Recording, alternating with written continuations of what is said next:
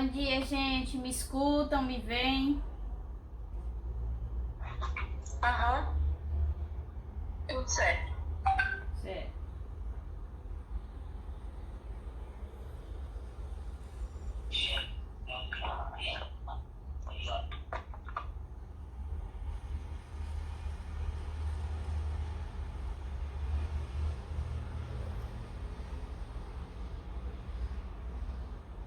Esperar só mais um pouquinho, porque normalmente entram mais pessoas, né?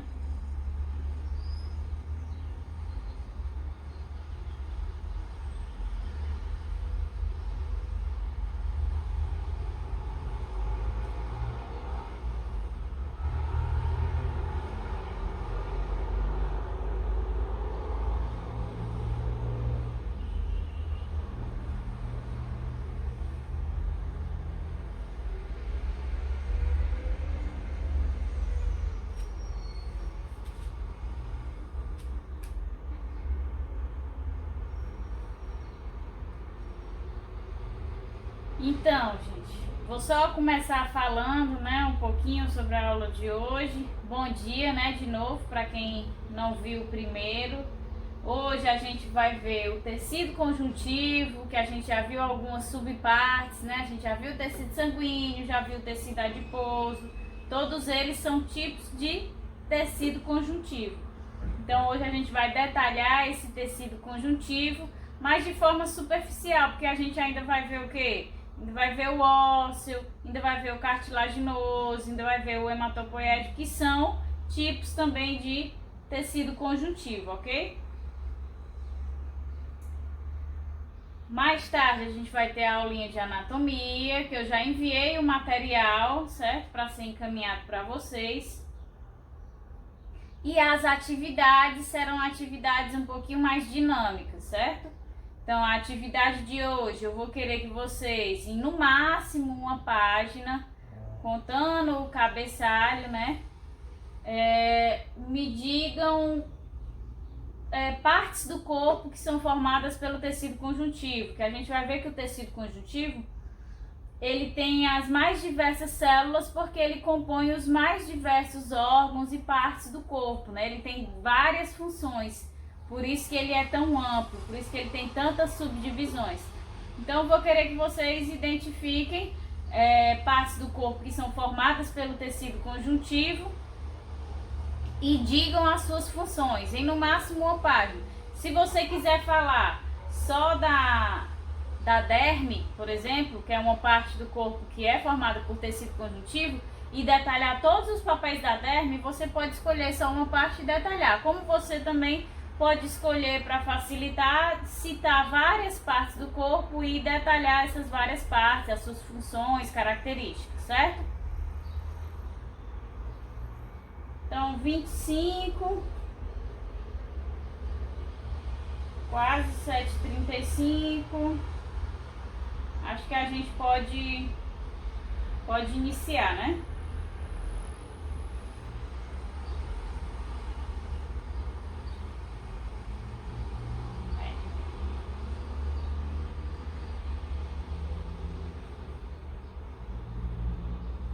Vamos lá, mais ninguém entrou.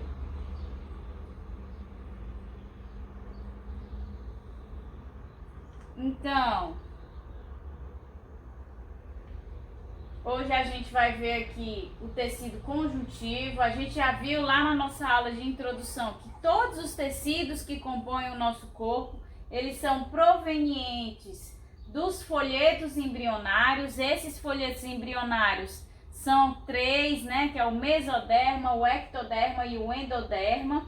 E no caso do tecido conjuntivo, ele vai ser proveniente do folheto embrionário mesoderma, certo? Então, é o mesoderma que vai dar origem ao tecido conjuntivo.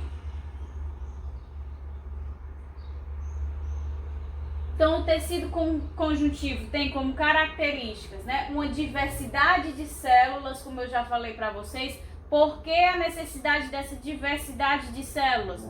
Porque eles têm as mais diferentes funções, como a gente vê, só deduzindo, só pela subdivisão do conjuntivo, né? Tecido sanguíneo, tecido ósseo, tecido cartilaginoso, então a gente já percebe aí a variedade de funções que esse tipo de tecido pode desempenhar. Então, ele precisa dessa diversidade de células porque ele desempenha as mais variadas funções e esses tecidos, eles vão ter as mais variadas o quê?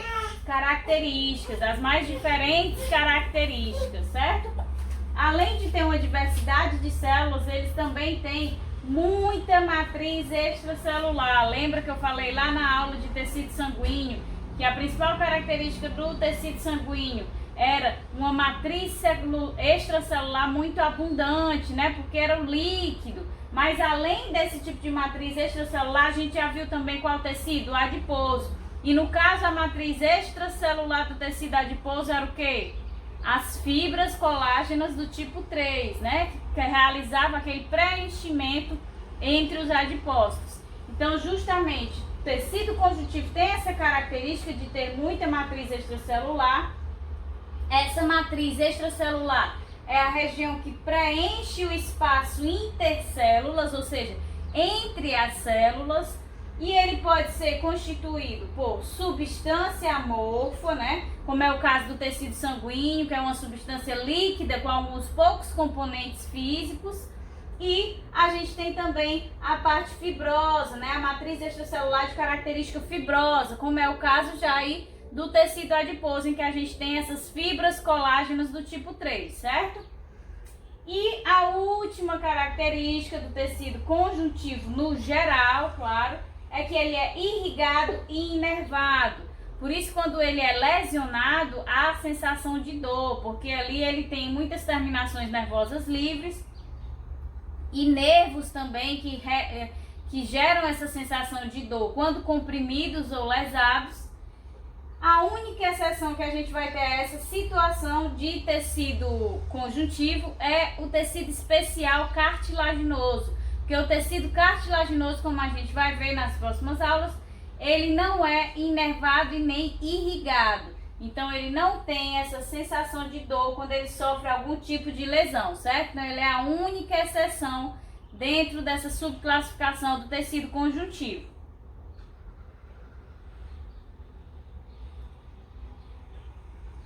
Então, quais são as funções do tecido conjuntivo? Vocês já devem inferir que são as mais diversas, já que ele pode formar os mais diversos tecidos, né? Tecidos com funções e características diferentes.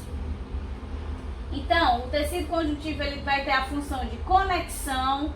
Como é que a gente pode enxergar essa conexão? O próprio tecido sanguíneo que a gente viu. O sangue, ele liga todas as regiões do corpo, né? Ele pode receber um hormônio na região aqui da cabeça e levar essa resposta hormonal lá no pâncreas, lá em outro órgão-alvo, que não seja tão próximo à cabeça. Então, ele conecta todo o corpo do indivíduo. Então, o tecido sanguíneo, ele tem essa capacidade de conectar esses outros, os tecidos especiais e também o propriamente dito do tecido conjuntivo, certo? Outra função também do tecido conjuntivo é a sustentação. E aí a gente também já pode deduzir que é proveniente de quê?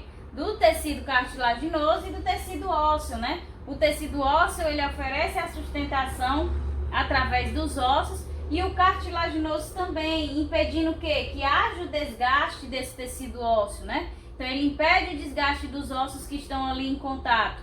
Então, ele também vai contribuir na manutenção dessa sustentação. Outra função é a função de preenchimento. A gente viu que o tecido adiposo ali, ele também preenche, né, os espaços deixados quando há o acúmulo de gordura. Temos também a função de resistência a impactos mecânicos e também a tração, ou seja, ao atrito. E essa resistência ela vai ser devida a quê? A gente tem o tecido adiposo, que a gente viu na aula passada, que é essa ampla camada de gordura que a gente tem abaixo da derme, né, a região lá da hipoderme, ela vai ser responsável por absorver impactos. E também a gente tem na derme. A derme, pela sua grossura, que a gente viu lá no sistema tegumentar, né, pela sua amplitude, apesar dela ter apenas 2 camadas, ela é bem mais ampla e grossa, justamente também para favorecer essa proteção mecânica, essa resistência a impactos e atritos, certo? Também temos aqui a função de elasticidade, que a gente pode enxergar aqui na derme, certo? Que é formada pelo tecido conjuntivo. Vocês devem se lembrar que lá no sistema tegmental eu falei que era dividida em epiderme e derme, que a epiderme era um tecido epitelial, que a gente vai ver mais na frente, ou seja, não é inervado nem irrigado. E para que as células daquela epiderme sejam alimentadas com nutrientes, gases, entre outras moléculas complexas necessárias ao metabolismo daquelas células, ela precisa ter sempre o quê? Um tecido conjuntivo associado a ela. E é o tecido conjuntivo associado à epiderme era o quê? É a derme, certo? Então a derme ela tem esse papel de resistência, de elasticidade, e é ela que vai alimentar a epiderme, ou seja, os tecidos epiteliais.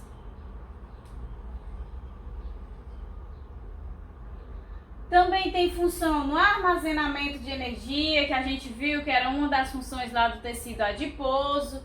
Tem função na defesa, junto a quais tecidos? O hematopoético e o tecido sanguíneo, que o tecido hematopoético lá, que é na região da medula, ele vai estar constantemente produzindo células de defesa, enquanto o tecido sanguíneo está constantemente recirculando essas células de defesa para que elas possam ficar passando por todas as partes do organismo até o momento em que elas tenham que combater algum agente invasor, algum agente agressor, certo? Também tem o papel na coagulação, a gente viu lá no tecido sanguíneo, na formação, né, daqueles anéis plaquetários entre as plaquetas e as fibras proteicas, certo?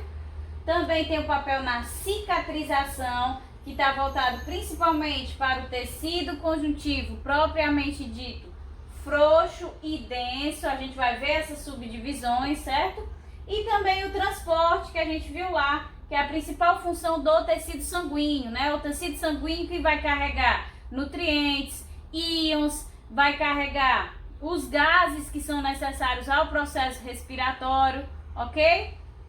Então essas são as principais funções do tecido conjuntivo. Mas é óbvio que tem mais, como a gente viu lá no tecido adiposo, tem diversas funções desempenhadas pelo tecido adiposo, consequentemente pelo tecido conjuntivo, certo? Então essas são as funções gerais do tecido conjuntivo.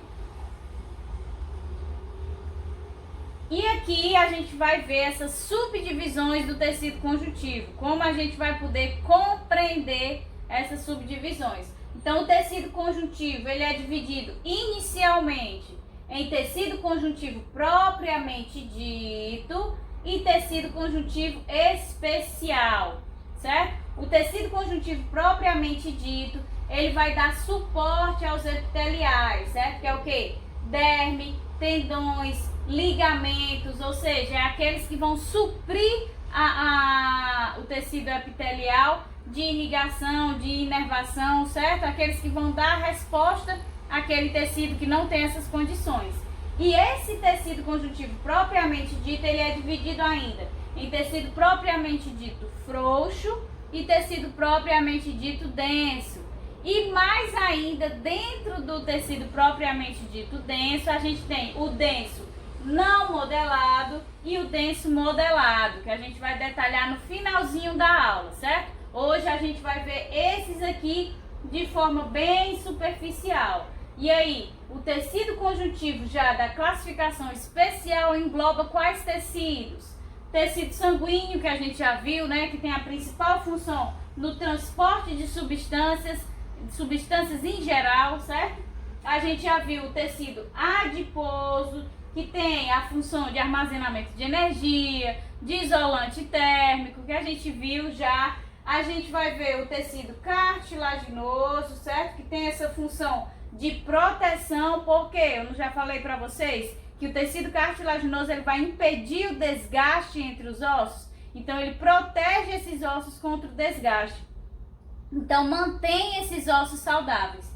O tecido ósseo, que nós também ainda vamos ver, que tem a função principal de sustentação, e o tecido hematopoético, que também tem a função de proteção, mas a proteção o quê? em vez de ser uma proteção mecânica, uma proteção contra o atrito, ele tem a função de proteção imune, né? Que é o tecido hematopoético que está constantemente produzindo células de defesa, ok? Então a gente vai ver todos esses tecidos ainda e hoje a gente vai ver esses outros tecidos, essas outras subclassificações do tecido conjuntivo. Então automaticamente o que é que a gente pode deduzir?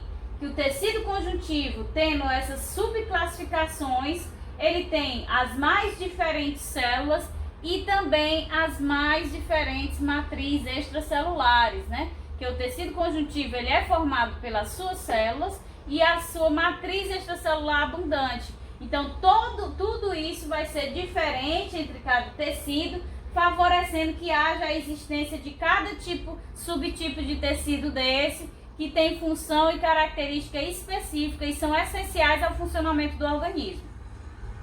Ok?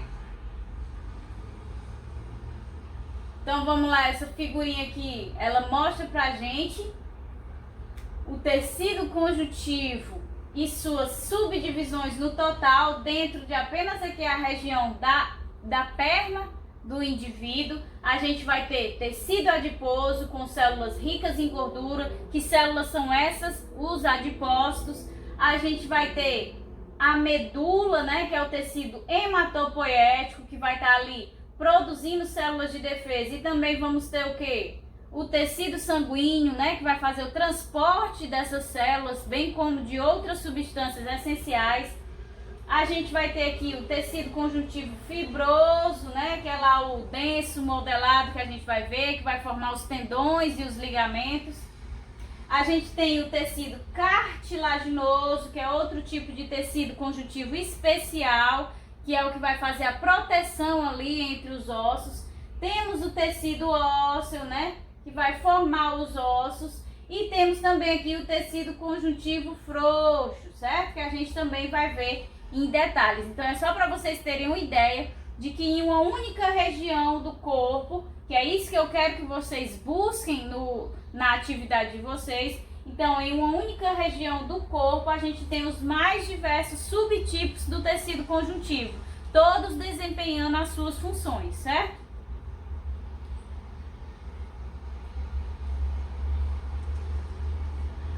Então, para ele desempenhar essas mais diversas funções, ele vai precisar ser composto pelo quê?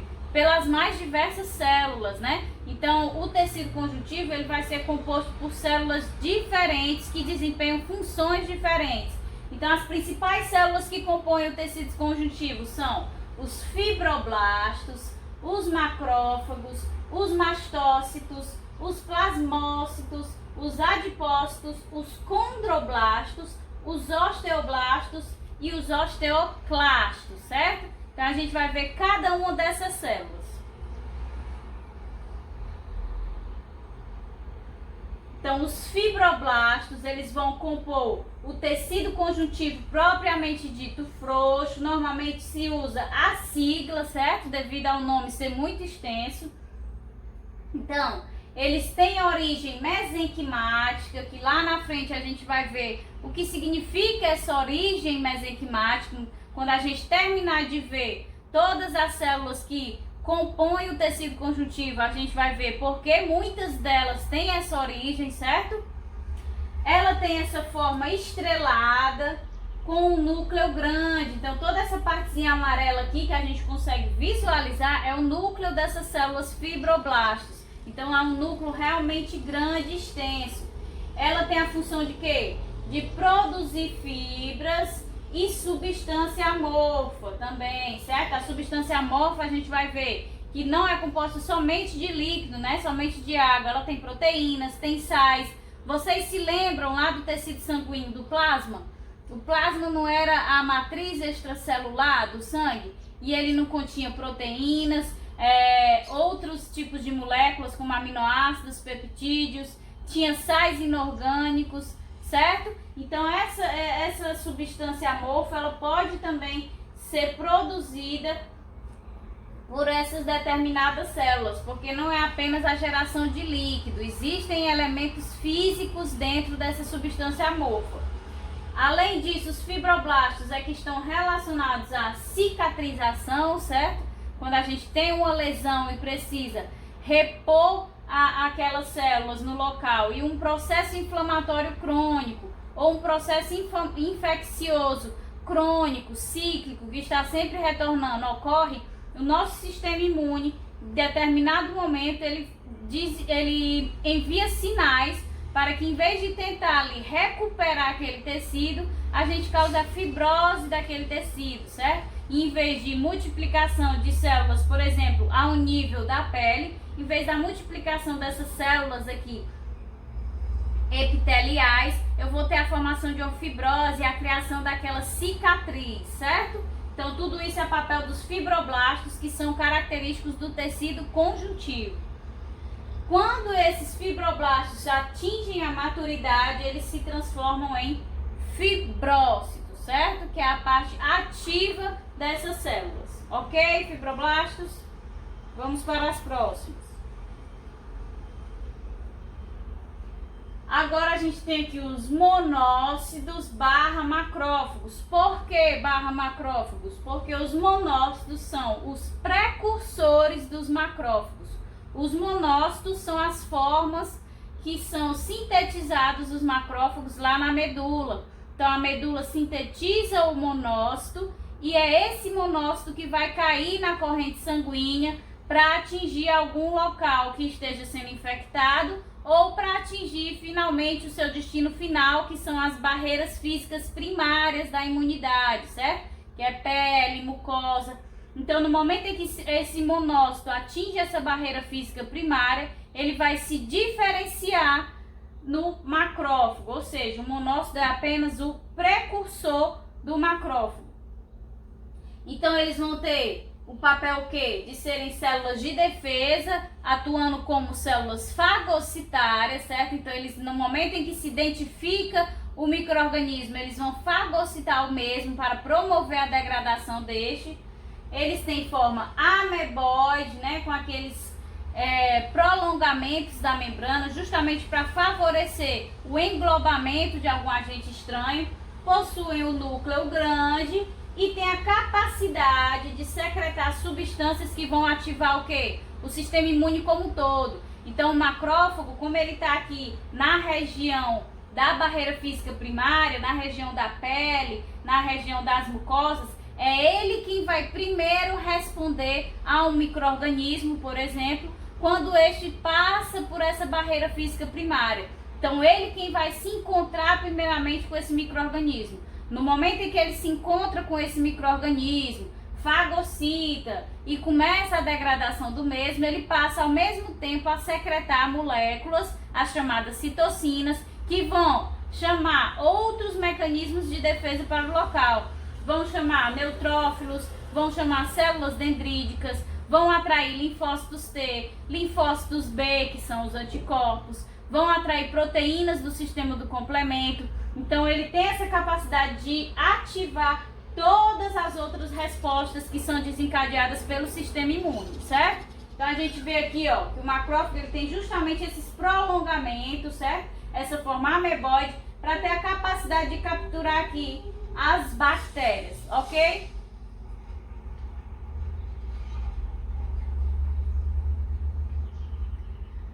A gente tem ainda como célula que compõe o tecido conjuntivo os mastócitos, certo? Os mastócitos eles têm forma ovoide, com um núcleo grande no seu centro, e tem, o mais importante aqui, são a presença desses grânulos. E por que de que são compostos esses grânulos? Por que há a presença desses grânulos? Porque são esses grânulos que vão permitir a estas células a secreção de heparina e histamina. Inclusive vocês já viram lá na aula de tecido sanguíneo sobre o mastócito, certo? Então o mastócito que ele secreta a histamina, que vai promover o quê? A vasodilatação, né? Ou seja, vai estimular o processo inflamatório, e também a heparina, que vai promover o quê?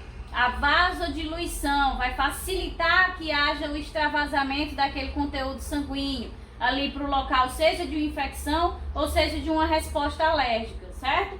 Então essa célula vai ser a desencadeadora principal da resposta alérgica, mas ela também atua lá no combate a patógenos, a agentes estranhos no geral, certo?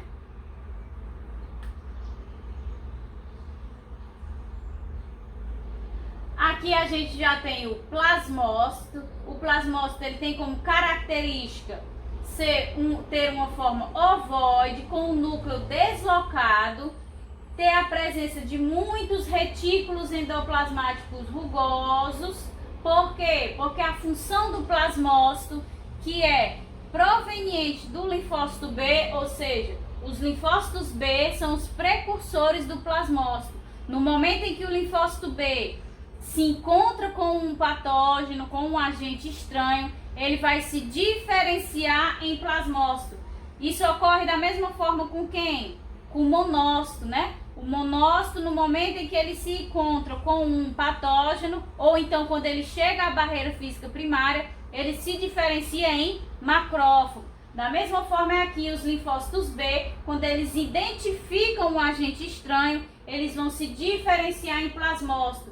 E esse plasmócito, que aumenta a presença dos seus retículos endoplasmáticos rugosos, eles têm o objetivo de secretar anticorpos, são moléculas proteicas. Então eu preciso de muitos ribossomos aderidos ao meu retículo endoplasmático, por quê? Para aumentar a síntese dessas moléculas proteicas, ou seja, aumentar a síntese desses anticorpos. Então a função desse plasmócito é secretar anticorpos, ok?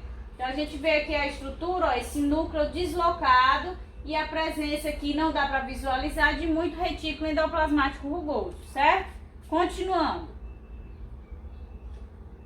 Já que essa célula que a gente já detalhou na aula passada, né? Os adipócitos são outras células que compõem o tecido conjuntivo. Então, compõem o tecido adiposo. Tem origem também aonde, hein?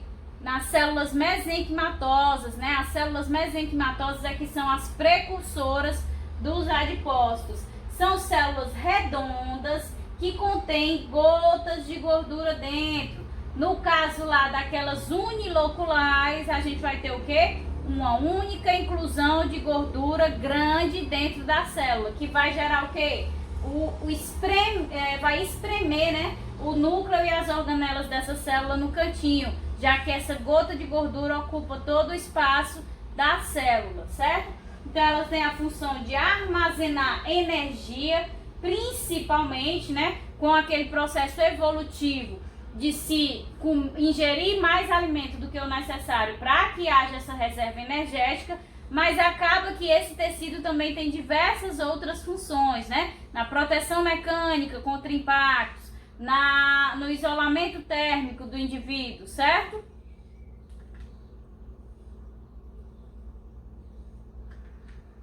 Agora a gente vai falar aqui dos condroblastos, certo? Que é a antepenúltima célula que a gente vai detalhar. Eles vão compor o tecido cartilaginoso. Também vai ter origem a partir de quê? De células mesenquimatosas, né? Eles são células redondas com um núcleo central que tem por objetivo produzir fibras e substância amorfa, certo? Quando eles estão maduros, eles vão se diferenciar em condrócitos. Quem é que tem características mais ou menos similares com os condroblastos que a gente viu? Os fibroblastos, né? Os fibroblastos também quando amadurecem, vão se diferenciar em outra célula, né? São os fibrócitos. Também produzem fibras e substância amorfa, também tem origem em células mesenquimáticas, certo? Então, todas as funções aqui dessas células, elas são similares. No caso do tecido cartilaginoso, os condroblastos é que vão o compor, ok? Agora, a penúltima célula que a gente vai avaliar são os osteoblastos, certo? Não confunda condroblasto, osteoblasto e a próxima é osteoclasto, certo? Então, os osteoblastos, eles possuem prolongamentos e também têm origem nas células mesenquimatosas, certo?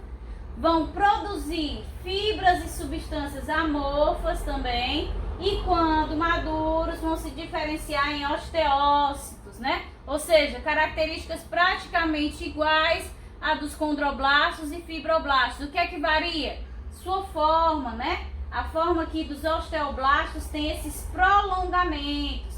Aí ela é responsável pelo quê? Pela formação e o crescimento dos ossos. Ou seja, os ossos em si são compostos por osteoblastos, certo?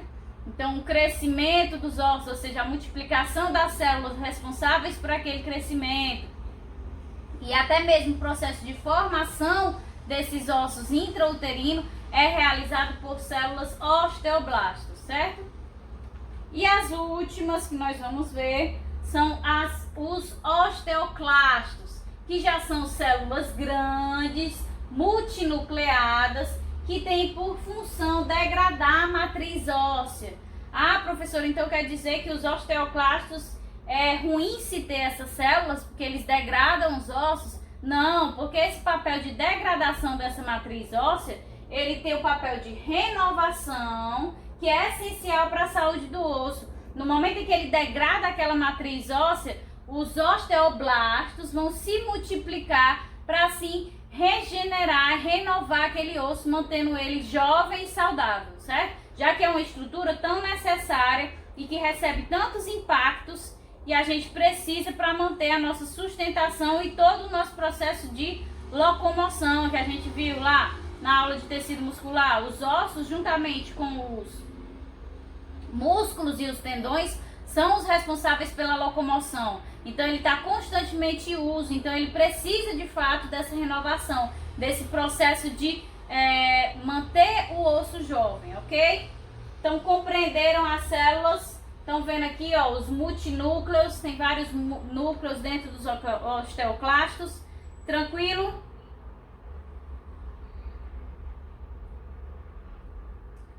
Então aqui, como eu falei para vocês, mas professora, eu vi ali que quase a totalidade das células do tecido conjuntivo são provenientes de células mesenquimáticas, né? De células mesenquimatosas. Que células são essas?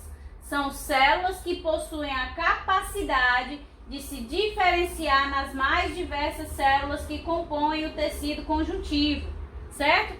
Professor, mas e os monócitos, os mastócitos, os macrófagos? Lá, onde é que eles têm origem? Eles vão ter origem lá na medula. A gente viu lá no tecido sanguíneo que eles têm origem na medula. A gente foi detalhando cada uma dessas células, né? Então são provenientes de células multipotentes que estão lá na medula, e assim eles são sintetizados. Então eles fazem parte do tecido conjuntivo, mas aquelas células mesmo que são provenientes lá do mesoderma geram células mesenquimatosas. Essas células mesenquimatosas vão dar origem a todas aquelas outras células que a gente viu, né? Fibroblastos, condroblastos, osteoclastos, osteoblastos, adipócitos. Então a gente viu que tem essas células que têm essa origem. E por que elas compõem tantas células diferentes com as mais diferentes funções? Porque são células que vão possuir essa capacidade de se diferenciar nessas mais diversas células e vão compor o tecido conjuntivo, ou seja, os seus subtipos também. Então ela compõe o tecido conjuntivo propriamente dito frouxo, compõe o tecido cartilaginoso, que é tecido especial, compõe o tecido ósseo, que é tecido especial, compõe o tecido hematopoético, certo?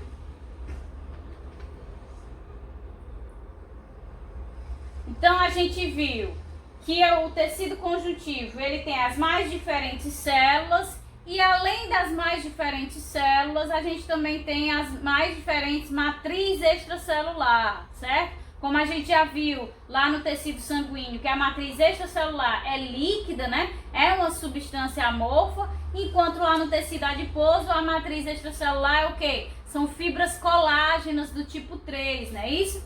Então a gente precisa definir essa matriz extracelular. No caso da matriz extracelular, que compõe o tecido conjuntivo e é uma substância amorfa, ela é composta principalmente por água, né? Por quê? Porque essa água ela vai ter um papel de transportar moléculas ali entre as células, certo? Mas além de ser composta por água, ela também vai ter íons que são responsáveis pelo equilíbrio iônico, por manter o equilíbrio iônico ali entre as células, né? Não haver desequilíbrio nem osmótico nem iônico. Também tem a presença de proteínas que são responsáveis pelo metabolismo ali das células em volta. Vamos ter a presença de glicosaminoglicanos. Essas moléculas são essenciais, por quê? Porque são esses glicosaminoglicanos que são responsáveis pelo processo de solvatação das moléculas que circulam ali na substância amorfa. Então, muitas moléculas elas são apolares, ou seja, elas não têm afinidade pela água, elas não poderiam estar ali circulando naquela substância amorfa, naquela matriz extracelular. Então, acabaria formando coágulos daquela substância. Então, para que isso não ocorra, para que permita a circulação daquela substância na matriz extracelular amorfa, a gente precisa dessa camada de solvatação em volta dessa molécula. Para quem não sabe, a camada de solvatação é uma camada de água em volta daquela molécula. Então, as moléculas de água que estão recobrindo aquela molécula é que vão ficar interagindo com o meio líquido. Então, vai permitir que essa molécula possa circular ali por entre as células, nesse espaço intercelular, certo? E por último, compondo essa substância amorfa, nós vamos ter glicoproteínas que estão envolvidas principalmente o quê? No processo de adesão célula a célula, né? São proteínas que vão se ligar a receptores de determinada célula e também a receptores das células em volta, gerando o quê? Um processo de adesão, por isso que é a união das células para se formar um tecido, ok? Já no caso, quando essa matriz extracelular é uma matriz fibrosa, nós vamos ter aqui que ela é composta principalmente de elastina e fibrilina, que vai conferir o que? A elasticidade. Então, existem matriz extracelular fibrosa composta por elastina e fibrilina, que vai dar essa função aqui de elasticidade. Onde é que a gente acha a elasticidade? Na derme, né? Então, essa matriz extracelular fibrosa ela vai ser principalmente encontrada ali na derme, que vai conferir a capacidade de elasticidade desse tecido. Nós temos também as fibras colágenas, certo? Que vão preencher ali, que vão conferir resistência. A gente também tem essas fibras ali na derme, como também ossos do tecido ósseo, tecido cartilaginoso, que são regiões que precisam de determinada resistência, certo? Qual é uma característica que a gente tem? Quando a gente tem uma baixa dessas proteínas colágenas ali na região da derme, ou seja, da pele, qual é a doença que surge, né? O escorbuto. E qual é a substância que é responsável pela assimilação, né? Pela produção dessas proteínas colágenas? São ali as proteínas, a vitamina C, né? Então, quando o indivíduo ele tem uma baixa ingestão de vitamina C, ele diminui a capacidade de síntese dessas fibras colágenas, então ele vai diminuir a resistência daquele tecido e por isso começa a haver ferimentos na gengiva, na pele, porque houve a redução dessa resistência, que é devido à falta da vitamina C, que irá sintetizar essas fibras colágenas que preenchem essa matriz extracelular e assim os espaços entre as células ficam mais vulneráveis a lesões, certo? Além disso, a gente também pode ter a matriz extracelular fibrosa contendo fibras reticulares, certo? Que tem o papel de ligação e sustentação. A gente viu quais tipos de fibra de matriz extracelular que contém essas fibras reticulares. A gente viu ali o tecido adiposo, né? Tem esse papel assim de sustentar também, de proteger, de ligar os tecidos, né? Ligar a pele aos demais tecidos. Então ele é formado por essa proteína colágeno tipo 3, formando essa matriz extracelular fibrosa. Ok? Continuando. Então agora a gente vai detalhar rapidinho, de forma simples, certo? O tecido conjuntivo propriamente dito. Nós vamos iniciar pelo tecido conjuntivo propriamente dito frouxo, ok? Esse tecido conjuntivo propriamente dito frouxo, ele vai compor a camada papilar da pele. Vocês lembram lá que a derme, ela era dividida em duas camadas. Tinha a camada papilar, que era a que fazia ali a ligação com a epiderme, né? E tinha também a camada o quê? Reticular, que era uma camada mais espessa, mais densa, mais fibrosa, não é isso?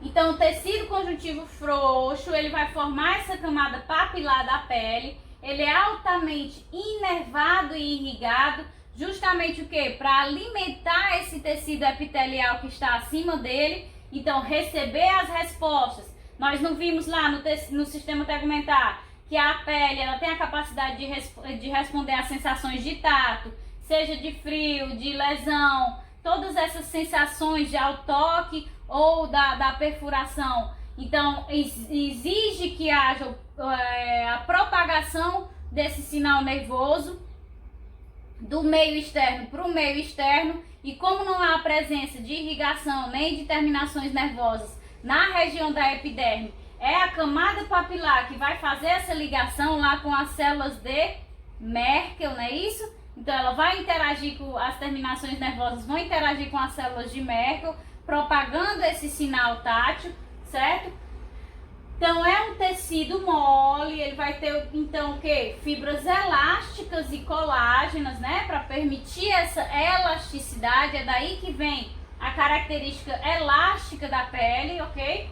Tem função no preenchimento, na união das células, na nutrição dos epitélios, na defesa e na cicatrização. Então ele vai ter função o que no preenchimento? Para preencher de fato ali a região da pele. Vai unir células, ou seja, ele conecta a derme e sua camada reticular à epiderme. Então ele faz essa cola, né? A camada papilar é responsável por ligar essas duas camadas. Ele vai ser responsável pela nutrição de epitélios, ou seja, se ele é irrigado, é ele quem vai levar nutrientes e gases para as células do epitélio que não é irrigado, ok? Vai ter função na defesa, porque também através dele, da sua corrente sanguínea, da sua irrigação, que as células de defesa vão chegar ao local. E também está relacionado ali ao processo de cicatrização, né? Quando há a multiplicação daquelas células que foram lesadas, né? Quando há a penetração de uma lesão até a derme, ela quem vai favorecer a multiplicação das células para que haja renovação daquele tecido, ou seja, o reparo tecidual.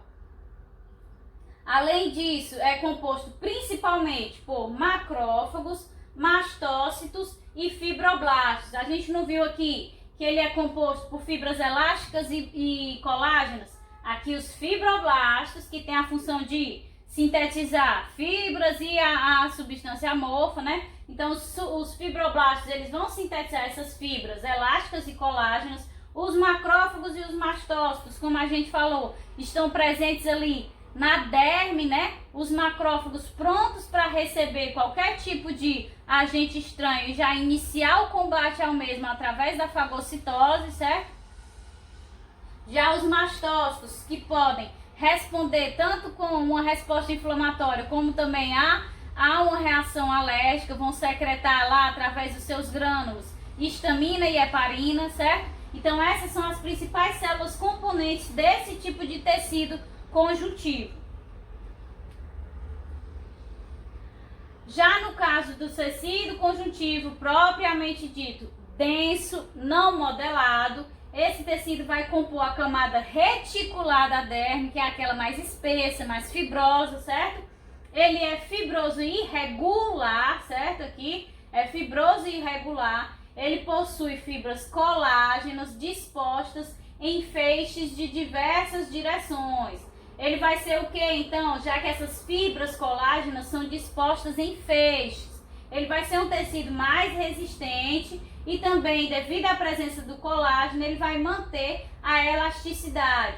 Então, além dele estar formando ali a camada reticular da pele, ele também vai envolver órgãos, né? Já que ele é um tecido que confere resistência, mas também confere certa elasticidade, ok?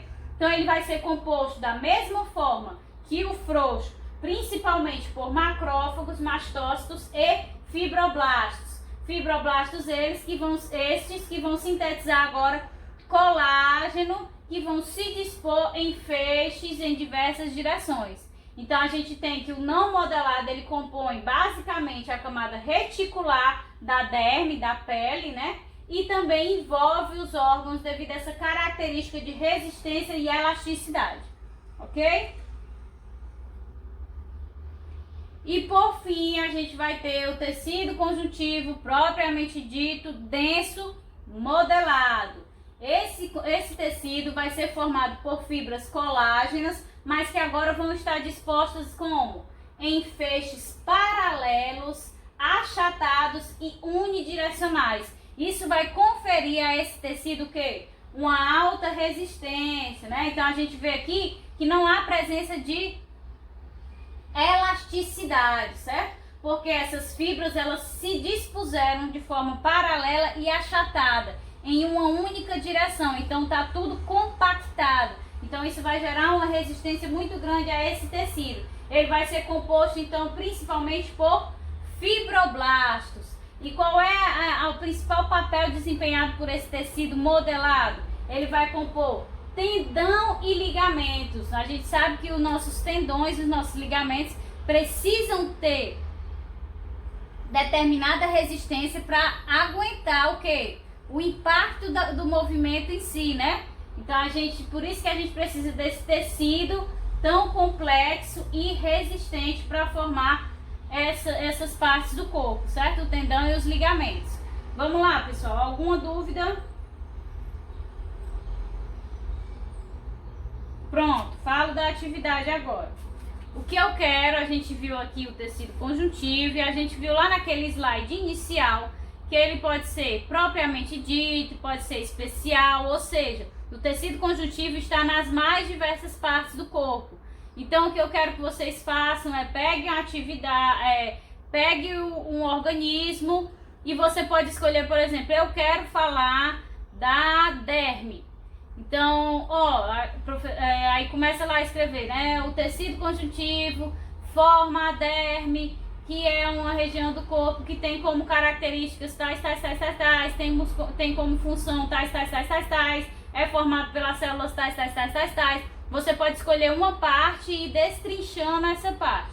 Ou você pode também escolher, o tecido conjuntivo, ele forma ali o tecido adiposo, que tem como função isso, característica isso. Esse tecido conjuntivo também forma o tecido sanguíneo, que é essencial ao funcionamento do organismo, que ele conecta todas as partes do corpo, ele faz o transporte de moléculas por todo o organismo. E aí escolhe vários e também fala assim superficialmente as características e as funções. O que eu quero é que vocês identifiquem no organismo onde há tecido conjuntivo e passe a detalhá-lo, certo? Por características e funções. Então eu quero que vocês escolham várias partes do corpo, já que o tecido conjuntivo é tão amplamente distribuído, ou escolha apenas uma, mas que detalhe bem detalhado. Isso até no mínimo um parágrafo assim e no máximo uma página, certo? E me enviem também até a próxima semana. Compreendido? Pronto. Alguma dúvida?